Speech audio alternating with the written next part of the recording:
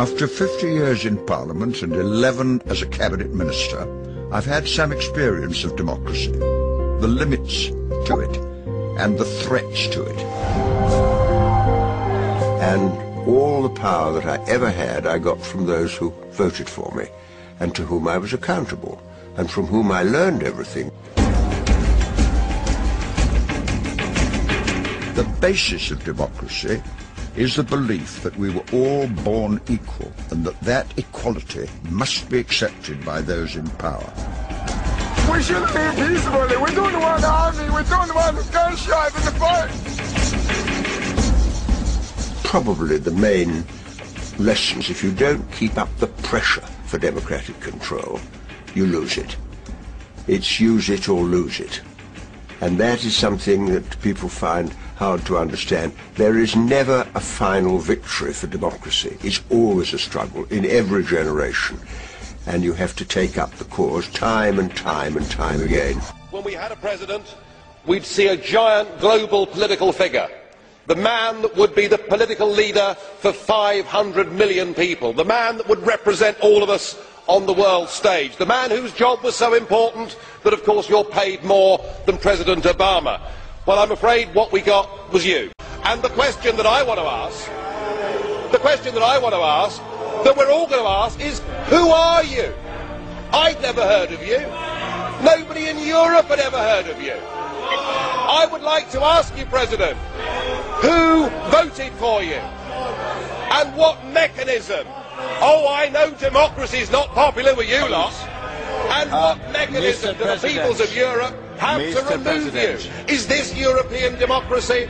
Well, I sense, though, that you're competent and capable and dangerous. And I have no doubt that it's your intention to be the quiet assassin of European democracy and of the European nation states. You appear to have a loathing for the very concept of the existence of nation states. Perhaps that's because you come from Belgium, which of course is pretty much a non-country. But since you took over, we've seen Greece reduced to nothing more than a protectorate. Sir, you have no legitimacy in this job at all, and I can say with confidence that I can speak on behalf of the majority of the British people in saying, we don't know you, we don't want you, and the sooner you're put out to grass, the better. Well, as you said, Mr. President, you wouldn't like to be rude, and I...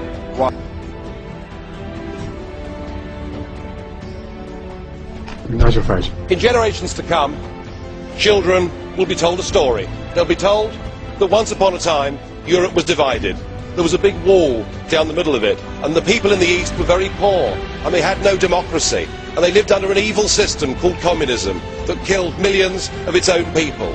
But joy of joys, the wall came down, and we finished up with 27 nations, and those people lived in democracy, and 500 million people lived in peace. But sadly, no, there is more. I promise you there's more.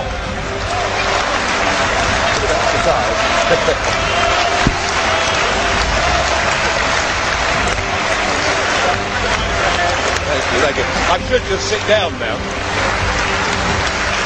Well, I must say, that's the first time I've ever received such applause, and I am tempted, Mr. Verhofstadt, I am tempted to sit down, but if I may, sadly, the story continues, the politicians in charge became very greedy, and they wanted money for themselves, and they wanted power, and so they resorted to lies and deceit, and they staged the most spectacular bureaucratic coup d'etat that the world had ever seen.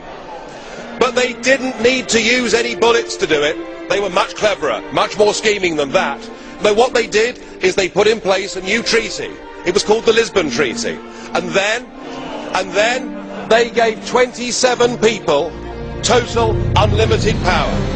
These were to be the people that made all the laws. Of course, they already had a flag, and they already had an anthem, but they went about building a new state. But they ignored the people. And what they did, whether they knew it or not, is they recreated the very evil system that the people in Eastern Europe had lived under before. But the incredible thing was that many of the new bosses had also worked for that same evil system before. Well, of course, the plan was flawed, and their fanciful monetary scheme collapsed. But still, the new bosses wouldn't listen to the people.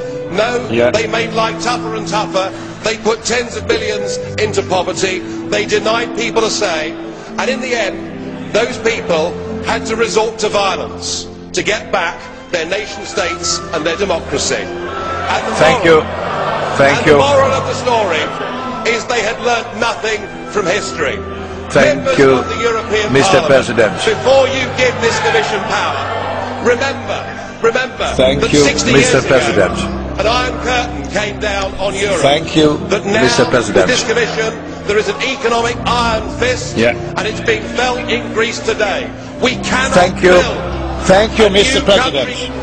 Thank you very much. Thank you, Mr. President.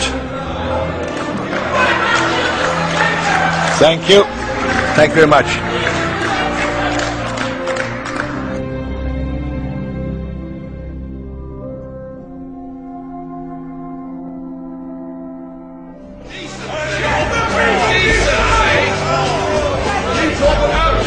This is not possible, please.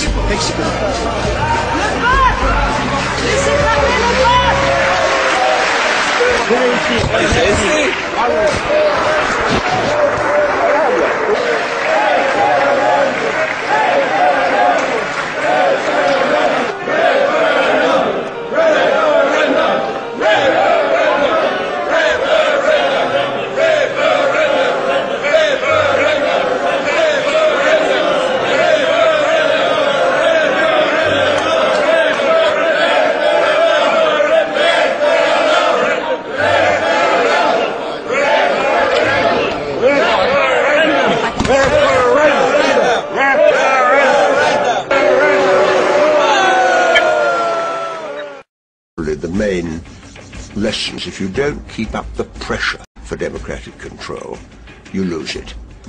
It's use it or lose it. To find out more about who we are and what we stand for, go to the UK Independence Party website at www.ukip.org.